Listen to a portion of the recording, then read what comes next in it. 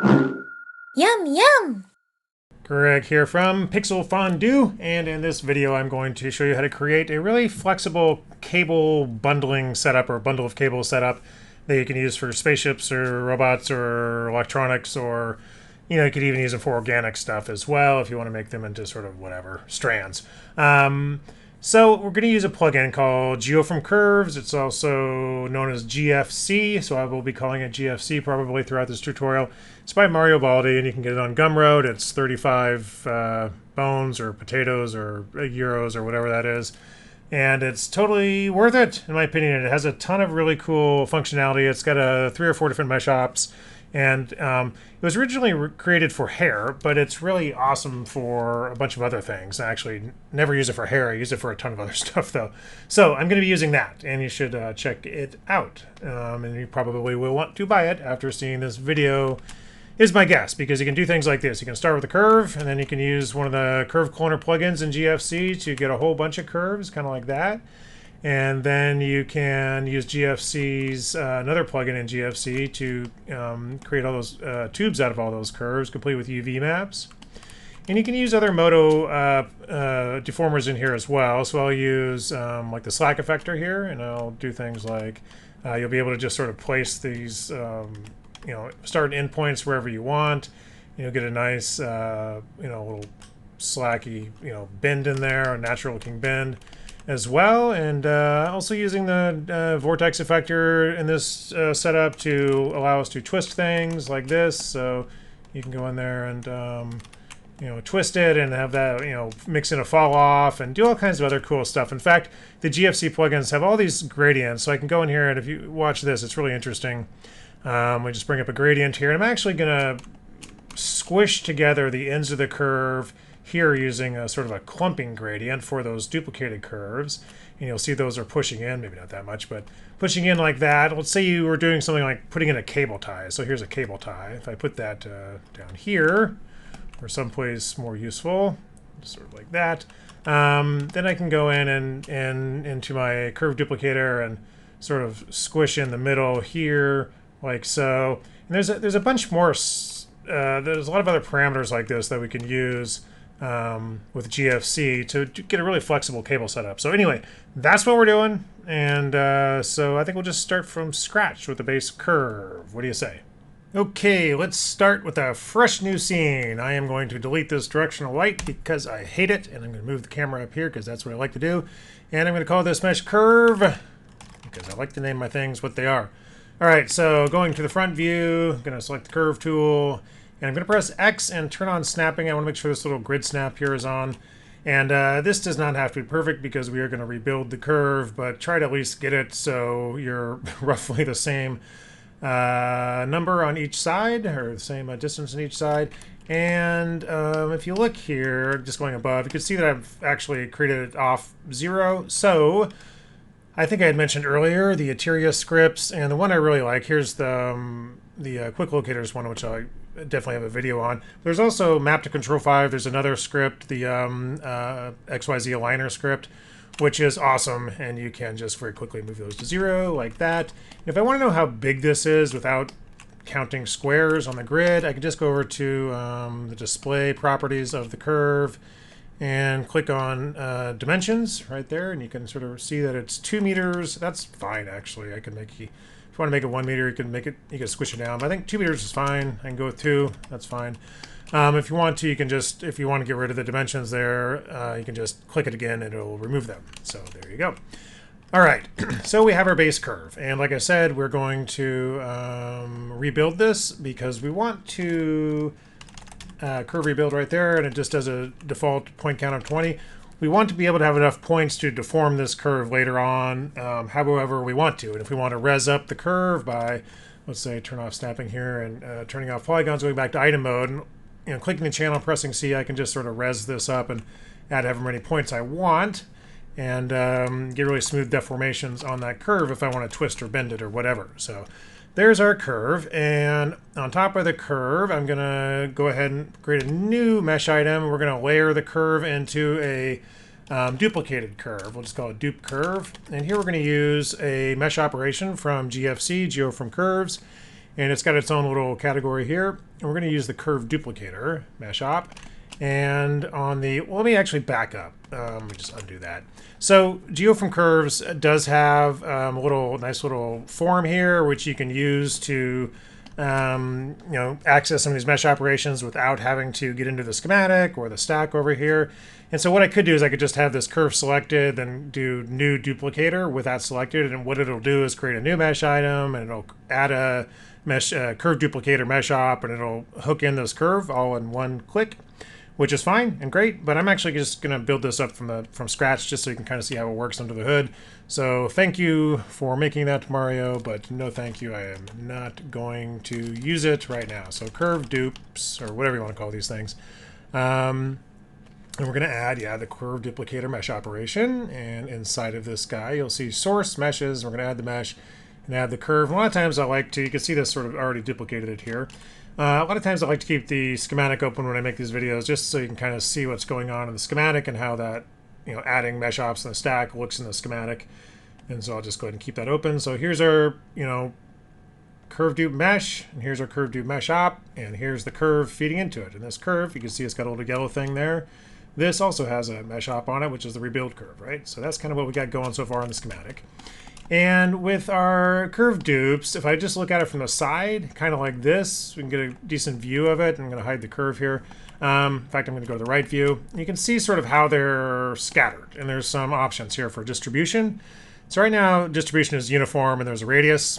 And so you can see the radius is, just think of a disk here, and these curves are distributed on this disk, or these points, which are the curves, are distributed on this disk. And uniform is okay, but what I really want is the, is it poison or poison? I'm going to call it poison because that's a cooler word. I'm going to go with poison, and that's more sort of disc shaped and sort of a more even distribution. And you can always change the seed and sort of just click and drag until you find something you like, something like that. In fact, we'll just make it an even dozen curves, or 12 of them. So there we go. There we've got some duplicated curves. And so we're going to use these to create our bundle of cables, as you can imagine. But there's a couple things I want to do first. And the first thing I want to do is to be able to twist them up in kind of like a braid. And so I'm going to add a twist deformer. Just kidding, I'm going to add a vortex deformer, because somebody thought it was a great idea to name the twist deformer vortex deformer, because, everybody likes to vortex things in 3D. Everybody has a vortex deformer.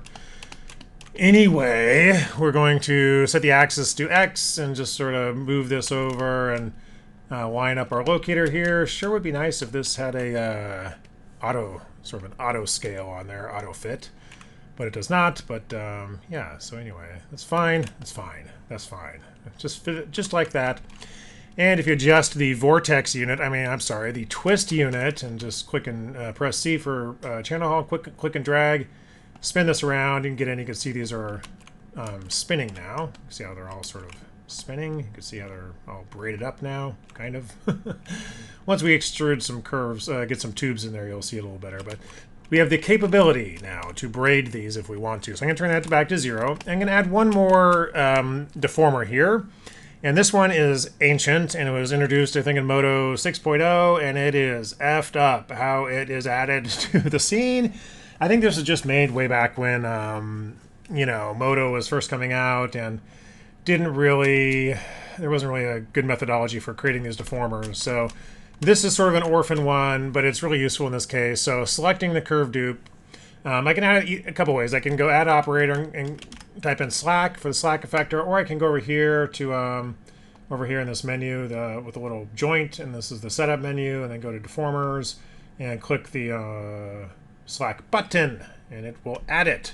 Added it right here, and nothing happened. Absolutely nothing, because it's totally unintuitive. But be patient. I will show you how to do it. So it did absolutely nothing. However, it does have an effector here, slack effector, and you see it's got some properties for a mount.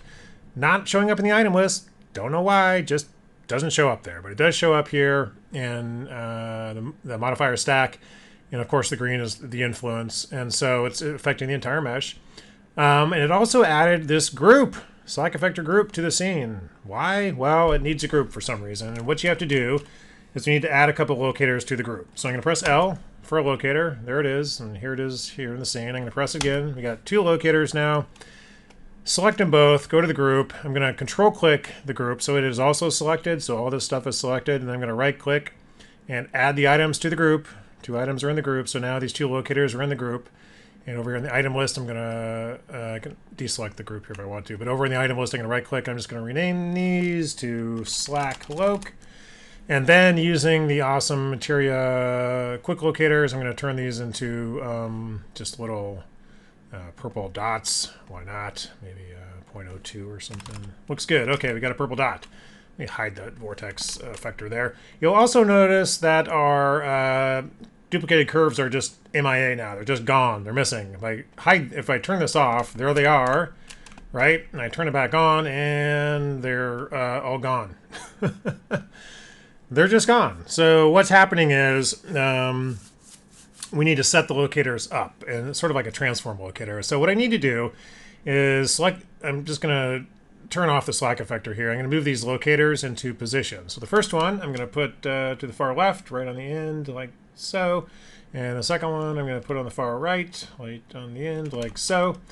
And then with both of them selected, if I look now, I'm just going to show you something real quick. If I go to setup mode, you'll notice that they're both in 000. But I go to out of setup mode into just normal world, and they're in their positions, right? So their transform has changed in the real world. And the way deformers work is really an offset between, setup mode and back in the universe. So what I need to do is have these guys be in these positions in setup mode to really set this thing up right. And it's really easy. Really all I have to do is right click on these and say setup, apply to setup/rest position. So now when I go to the setup mode, they're right where they are in the real world. That's their starting position. So any offset from this position, it'll start deforming them. When we turn the slack effector back on, you can see that now they're deforming, right? Okay. So that's how the slack effector works. And I'm just going to stretch these out a little bit. Maybe we'll go 1.5 or 1.2 here, and this one negative 1.2. I don't know. I'm just going to stretch it back out. Maybe negative 1.4 and 1.4, just to kind of get it nice and stretched. That's fine. We can deal with it later. But these are pretty cool because you can just sort of pin this cable bundle wherever you want it. Okay, so I have it kind of set up. I have the slack effector set up so I get this nice bendy effect. I have the vortex / twist deformer set up so I can twist these guys. I have the curve duplicator here with some really useful parameters itself that I will deal with in a minute. So the next thing we're going to do in our sort of layering effect here, we've got our curve, we've got our duplicated curves. I'm going to press N for new. And again, I could use Geo from Curves button here to do like a new Geo from Curves, but I'm just going to do this in the schematic so you can kind of see how it's working. I'm going to just click that so I get the slack effector there, just so you kind of see how all this is working. Here, there's our group. Okay, so that's how this stack with these items looks in the schematic. And so this new mesh item, we'll just call it cables. Why not? Cable bundle. That's descriptive. That's also not spelled right. Is that spelled right? That's spelled right. Okay, so I'm going to add my Geo from Curves. Boom. And it's going to ask me for an input set of curves. And it could do multiple curves, no problem. So source meshes. We want my duplicated curves. Make sure you're in existing duplicated curves. And then we got to do a couple more things in the parameters down here. Because right now, its output is set to some poly strips. And because this, like I said, this is originally made for hair. So you see all these poly strips in here.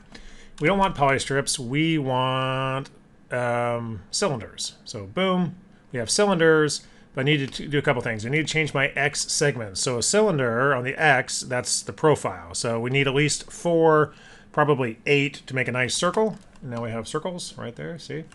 And it's way too big. Y segments, I can just click and drag until I'm sort of happy with the density. And I can also turn these to SDS, subdivision surface, so they're nice and smooth.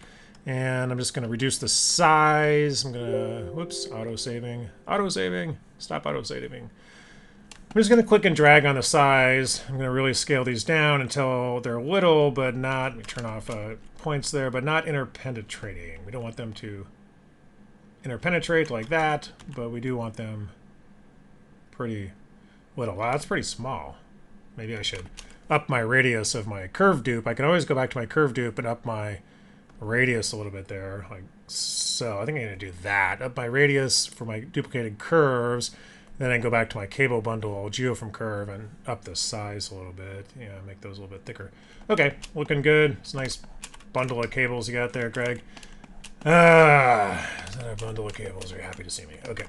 Okay, so now we've got cables and we've got the ability. All this stuff will just flow up now. So I can adjust these slack effectors. I can move them in, and there we've got our cables bending. And if I want to twist them, I just grab my vortex effector here, and I could do, whoops, my twist here. We'll go like 720. Now they're all nice and twisted like that. So there's some more stuff we can do because there's quite a few. I think I'm just going to make this a little bit thicker, actually. So again, let me go to curve dupe, and I'm just going to up my radius of my duplicated curves. Just click and drag so we can spread those out. That's kind of sweet, actually. Kind of like that. You can make one of these shapes. That's cool. But I actually want some thicker cables too. So cable bundle, geo from curves, and size.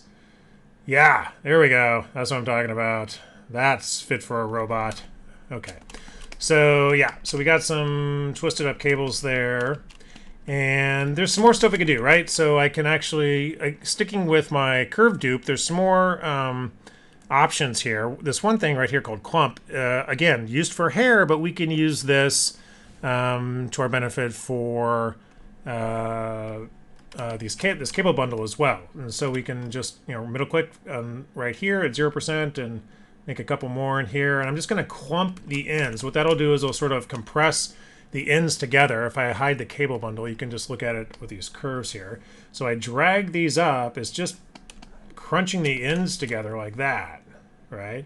So again, this is why I like using geo from curves rather than, you can kind of get this, you can definitely make this effect just with the baked in, Moto mesh ops, but there's just all these cool little extra features with geo from curves that lets you do this stuff that makes it worth the 35 potatoes or whatever it is. So anyway, so yeah, so we can scrunch those in a little bit, and like I had earlier, let me just turn on my cables there. Maybe that's a little too much. Do kind of just squish it like that. You can pretend these are coming out of some futuristic port or something. That's why they're all squished. Yeah. Anyway, and then you can put one in the middle if you want to. Like I think I had in the previous one, I had like if you had a cable tie right there. Do I have a cable tie? I think I have one in this scene. Let me just drag my cable tie down here, and we'll have it in this scene. Yes, put it in there. So where's my cable tie? Right here, not visible. There it is. Yeah, so let's just put this down here. You can kind of imagine what this would be like so. Looks good. Go into advanced mode, turn on some ambient occlusion. Okay, there we go. That's what I'm talking about. Yeah, so anyway, so you can see this sort of scrunchiness, this clumpiness is useful when you're doing stuff like this. If you have some ties or you just want to, whatever, do this kind of thing, it's really pretty cool to have it just on a gradient. And there's quite a few others. For instance, in the Geo from Curves mesh op here, there's quite a few gradients. There's, one for size, twist, and bend. So twist and bend, they're more useful for the sort of planar poly strips that you'd use for hair, but size is useful. So if we go into size and open this up in a gradient editor and middle click at 100% here, and then let's middle click at a couple other places and then drag our ends down like this, you can see we can really shrink the scale on the ends like this, sort of do something like that. Get these sort of sci-fi looking, cyberpunk looking cables in there that aren't the same thickness all the way around, which is pretty cool. These are also all UV mapped as well, so if I look at this guy, let me just bring up the UV window here. They're all UV mapped, so you can throw on whatever normal map you want for the little, braided texture or bump texture or metal plate texture, whatever you want to put on there. Now, maybe I'll jump to the other scene and show that. But yeah, that's pretty cool, and you can just, yeah, again, like you can move these wherever you want. You can adjust. This is interesting, actually. So if I take this, I could probably constrain it to this, I'm pretty sure it'll just, if I go to constraints and do a vertex position, I think it just grabs one of the nearest vertexes, maybe something like that. Not so much one of the nearest ones, but let me see. Let me turn this back on. There should be an offset here, maybe. Bit of an offset. We can just drag this offset like this, and a bit of a Y offset. Should be constrained on there, maybe if I move this around. Yes, it's sliding a little bit, but you could probably rig that on there. It's doing all right, staying on there. Okay. Yeah, so there's a lot you can do with this. You can even add, fall offs to the twisting. So if you want to go, let's go back up to our turn off. Let's turn off the slack deformer. We'll just turn that guy off, and let's add a linear fall off to our vortex. Right. So here's our vortex. Right here has a fall off. Our vortex / twist. Matt Cox, you need to rename this twist. Vortex is just dumb. It's just dumb. Okay, linear fall off, right? That's what we want. Linear fall off. And we'll stick it on here. We'll plug it in, and we'll do on X here, and you can see it sort of falling. See the twist changing here as we drag this around. So there's all sorts of kind of cool effects you can do. If you need to animate a braiding cable or something, you could probably do it like that. Anyway, so you could throw in that. You could also make a mirror out of this. Put it in the middle, maybe. Like so. And because the twisting is happening prior to the slack deformer on the stack, and remember, this is red for the bottom up, you can turn the slack back on, and it's still nice and twisted, and the fall off still works. In the linear position, it's reading the fall off here, and then it's adding the twist deformer. So toggle locator. So yeah, it's pretty cool. And there's more stuff we can do with this. There's actual twist deformers as well. If you go back to this guy and you look at Geo from Curves, there's a twist mask on here, so you can actually do the twist. So you can, if I turn this, you're not going to. Let me zoom in real quick here and turn on vertices. You can see that I'm twisting it, which is cool. And all these masks act as essentially a curve fall off. So it just goes from 0 to 100% on the curve. And so if I just want this twisting to take place from here to here and not from here to here, I just adjust my twist mask. And so I can just open this in the editor and middle click here and middle click at 50 maybe, and then just sort of right in front of 50 and bring these guys down to 0 like this.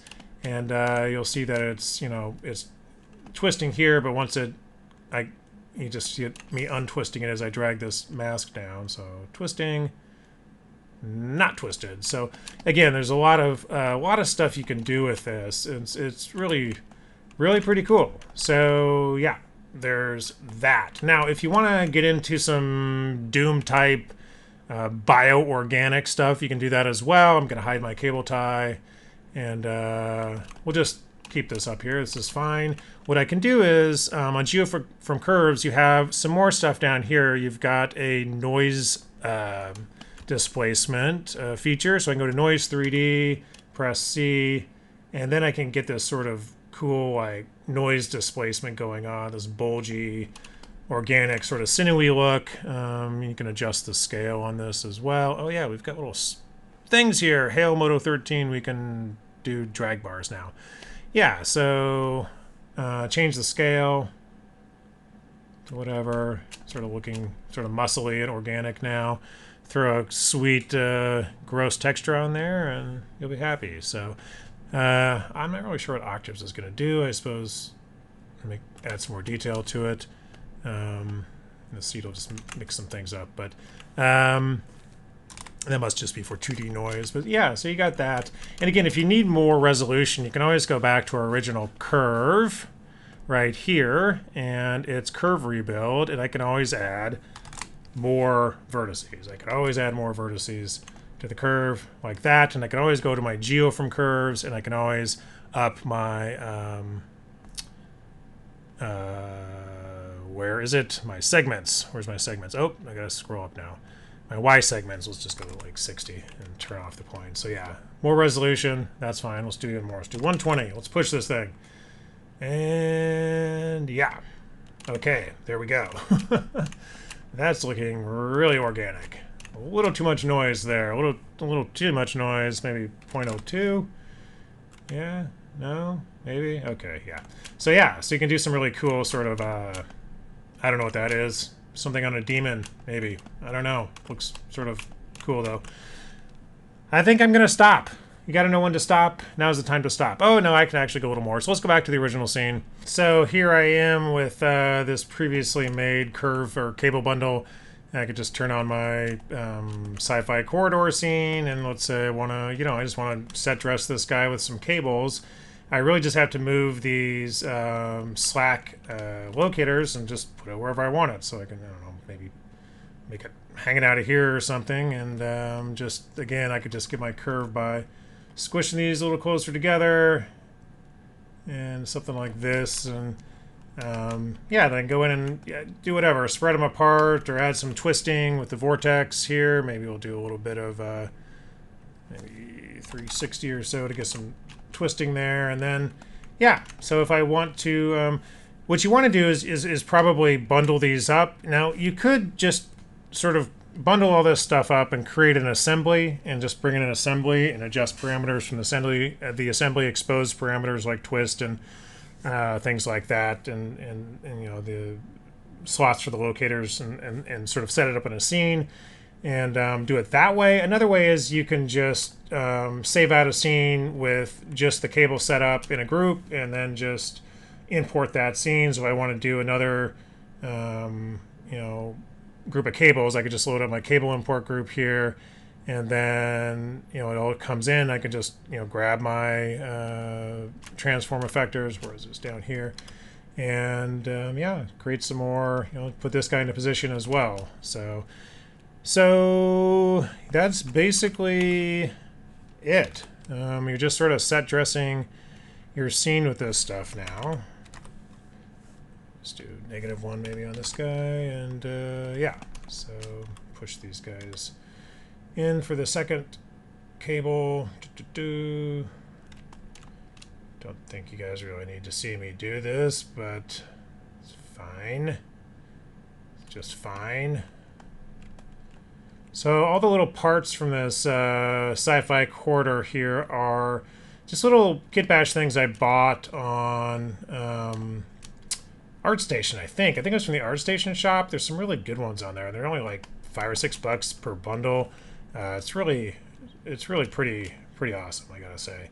Yeah, so here's another one. You just do as many as you want, and again, you could just go in, and if this guy you want to spread, vortex these a little bit. Maybe we'll do a little more on this one, a little bit twistier than this bundle, and then you could, of course, like I said, go into your curve duplicator, and we'll just adjust the radius a little bit to spread them out a little, like so. So yeah, cool stuff, right? In fact, we'll adjust our clump group. That's what we'll do. Adjust the clumping. So these guys up here, we want to squish them together. So we want those clumped. So just kind of be pushed up like that. Not quite that much. Like that maybe. And this, and like this, and a little bit down a little bit like that. Yeah, looks good. Lots of stuff you can do. Like that maybe. Anyway, have fun making bundles of cables or organic strandy muscle things. Yum, yum!